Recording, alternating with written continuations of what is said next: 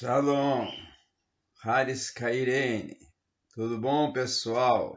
Estamos aí juntos para mais um vídeo, mais uma gravação, mais uma aula, mais uma reflexão aqui no seu canal, A Rota da Teologia, sempre na expansão e na difusão do saber, na área não só da teologia, mas a teologia em diálogo com todas as ciências que se relacionam, se dialogam com a sua tese proposta e com seus assuntos e com seu contexto de fundamentador.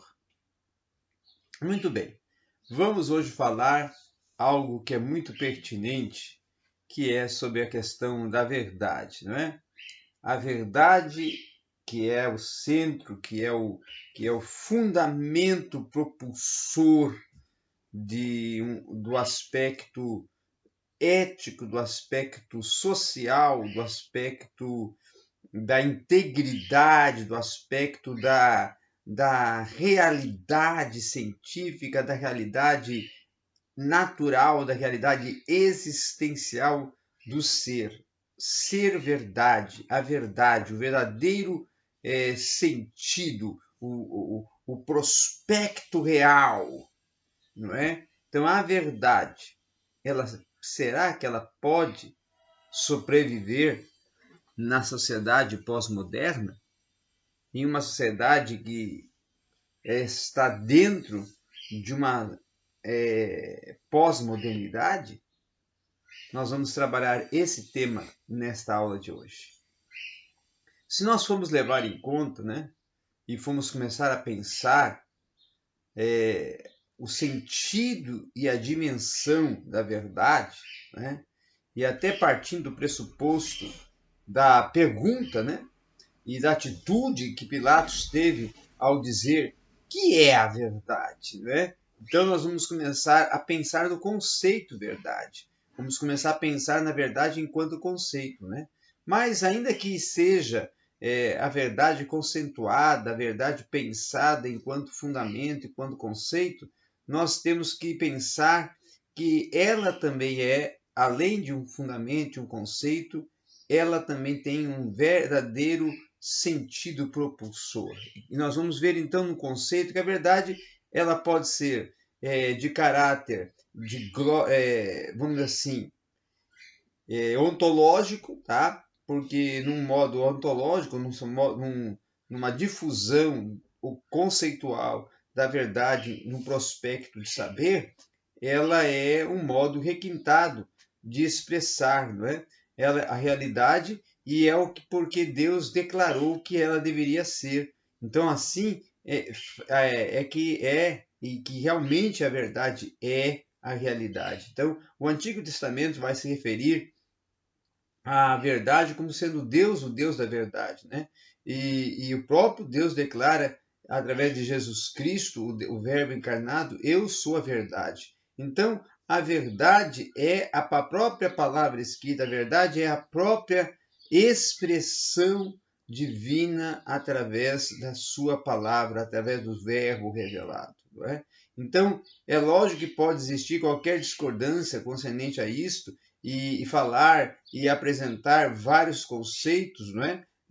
Fora o sentido escriturístico, mas as escrituras dizem que Deus revela a verdade, que Deus é o fundamento da verdade, que Ele é a natureza da verdade. Então, o conhecimento de Deus é inato, é pertencente ao coração humano a partir da própria verdade que está intrínseca, está injetada no ser humano.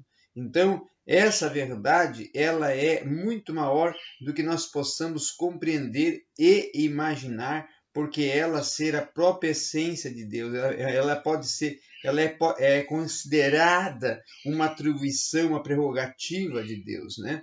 Então, nós podemos também considerar que a verdade, num sentido filosófico e no sentido humanístico, ela pode ser conceituada com outro sentido propulsor, mas a mais propulsora e verdade é que a verdade ela não é racionalista. A verdade não é conhecida mediante a razão. A verdade não é conhecida a partir de deduções lógicas. A verdade não é conhecida a partir de uma estruturalização da consciência do ser, indicando o que é certo, o que é errado, mas a verdade pura, a verdade integral, ela é algo ainda muito mais além do que o racionalismo possa definir. Ela é muito mais impactante do que o racionalismo possa definir, ou elaborar, né? Ou argumentar para dizer o que é a verdade. A verdade ela é no sentido, vamos assim, muito além do aspecto, do prospecto da epistemologia sobre a verdade, tá? Porque a verdade é o próprio Deus, a sua própria essência, o seu próprio agir e intervir e conceder a esta realidade dentro da concepção maior do mundo. Então, em tempos recentes, e muitos intelectuais, muitos céticos, não é? Estão trabalhando com a proposta de quebrar a verdade, de desfazer ou desfragmentar ou dissolver a verdade. Tá? Infelizmente, eles estão trabalhando com a verdade e reconhecendo que ela não é um alvo que pode desfazer ou retirar ou dissolver ou dissuadir a todas as suas argumentações contra a existência de Deus. Tá? Então, o alvo da filosofia humana hoje é defender uma verdade sem Deus, uma verdade que ela é pautada em outras noções, em outros fundamentos, fora ou seja, oponentes fora totalmente do contexto essencial que é o contexto divino, certo? Então a verdadeira razão de toda a negação dessa verdade é que os homens estão amando hoje mais a si mesmo, é que os homens estão se pautando mais num autocentrismo, né? Num egocentrismo, num autoegocentrismo. Então, em termos simples, a modernidade ela pode ser caracterizada hoje pela crença de que a verdade existe e que o método científico é a única maneira de determinar essa verdade. Então, a era moderna, ela no aspecto mais propulsor dela, mais latente dela, a mente moderna rejeita o conceito de sobrenatural dentro do sentido aplicativo da verdade. Então, ela procura explicar a verdade cientificamente, racionalmente, para que os pensadores modernos eles venham a propulsionar aos seus adeptos e seguidores um conhecimento de verdade no sentido racional, no sentido, vamos assim, natural, material, né? Do sentido científico da verdade. Então, as cosmovisões, principalmente as cosmovisões humanistas, elas se destacam com a proposta inclusive de filosofias ateístas, racionalistas e utópicas, né? E repercussões devastadoras do modernismo logo vão ser sentidas em todo o mundo, então logo vão sendo concebidas de uma forma que venha a aniquilar todo o propósito e o sentido que está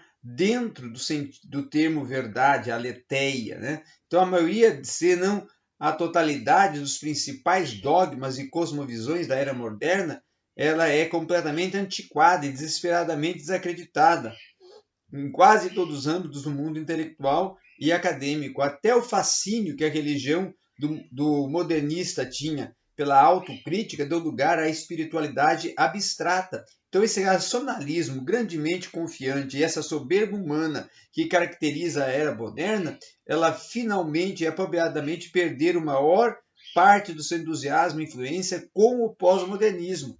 Então, o pós-modernismo, ele consequentemente, ele vai conceder novos modos de pensar. Ele é apelidado coletivamente de pós-moderno, por quê? Porque ele é totalmente, vamos assim, posterior no seu sentido aplicativo de modernidade, no seu sentido de conceber elementos propulsores e fundamentos e pressupostos propulsores da modernidade.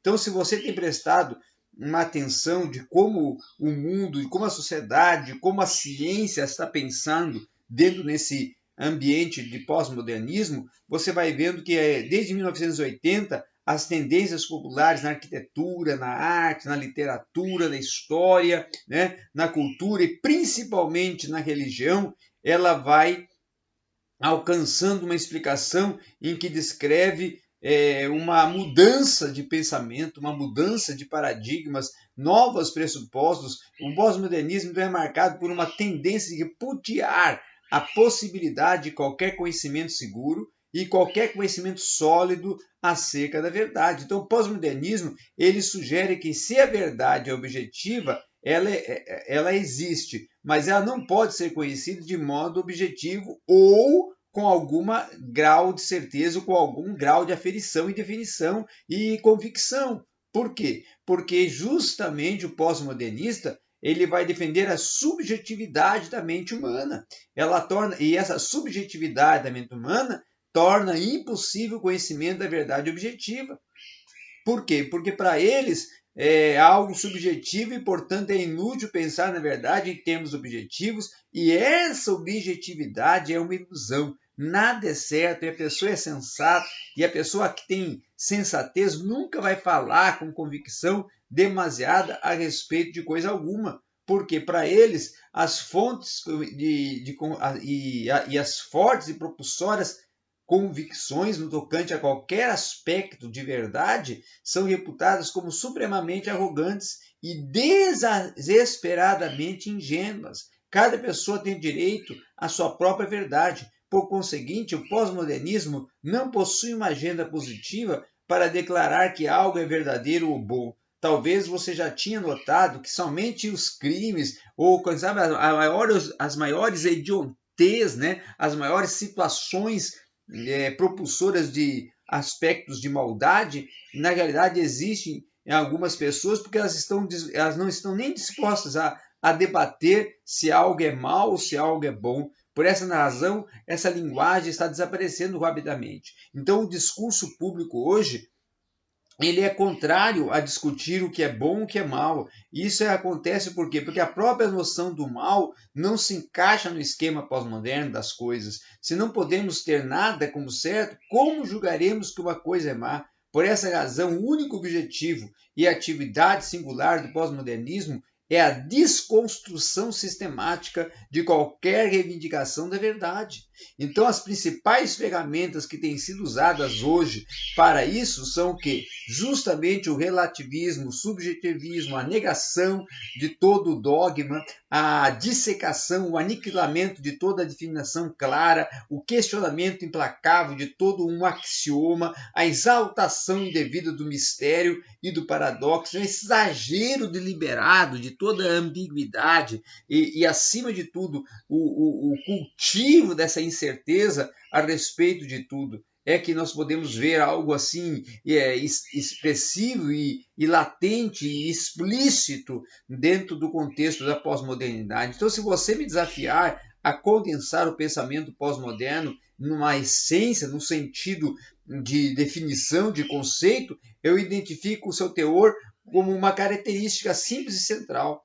Eu vou dizer que ele é uma rejeição de toda expressão de certeza, de toda expressão de convicção. Na perspectiva pós-modernista, inclusive, a certeza ela é considerada inerentemente arrogante, intolerante, opressiva e, portanto, ela é sempre errada. Então, a morte da modernidade, com o surgimento e o nascimento da pós-modernidade, consequentemente, torna-se um golpe sobre a arrogância humana, racionalista, tá? Certamente algo que devemos celebrar, mas do ponto de vista espiritual, a ascensão desse pós-modernismo é algo que devemos entrar e tributar, e que é o mal absolvido dentro da sociedade, que é a imoralidade, que é a abrangência da expansão do pecado dentro da sociedade de uma tal forma que o pós-modernismo se torna uma rejeição generalizada de tudo que é verdadeiro para vir a abdicar do certo, abdicar do que é real e defender o